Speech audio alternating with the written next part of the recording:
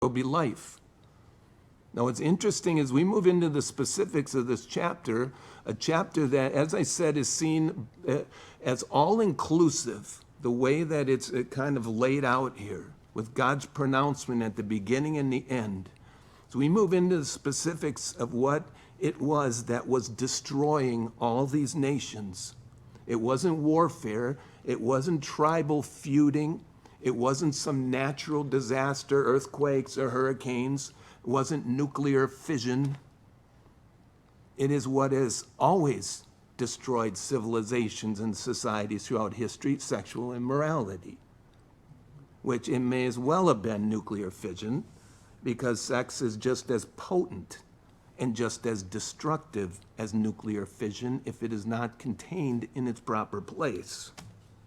God gave human beings this powerfully intense, deep-rooted desire so as to produce a binding force between a man and a woman committed to one another in God's ordained institution of marriage. In the second chapter of the Bible, right at the beginning, God created and blessed the institution of marriage, as well as laying out some pretty simple instructions. Therefore, a man shall leave his father and mother, be joined to his wife. They shall become one flesh. They were both naked, the man and his wife, and they were unashamed. It is within that context that God placed sexual intimacy. Within that context, it will provide a growing bond between a husband and a wife, producing a oneness as God has ordained.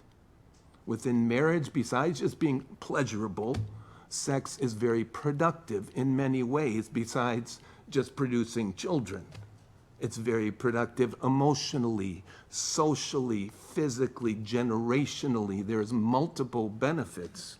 But outside of that God-ordained relationship, sexual intimacy is very destructive. Not that it isn't pleasurable. Of course it is, otherwise people wouldn't do it. But it will not produce life, as is being spoken of here. It will produce a downward spiritual spiral of death, physically, emotionally, socially, generationally.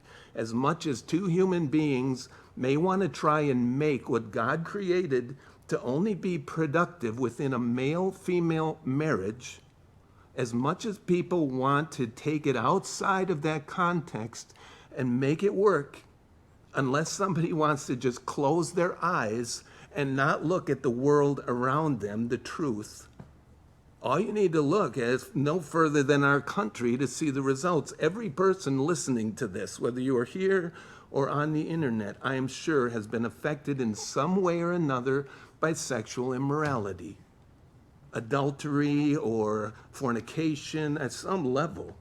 Every person. And while it is not something people like to talk about, the truth is, in the long run, it does not produce positive results. And it is destroying families and killing our country.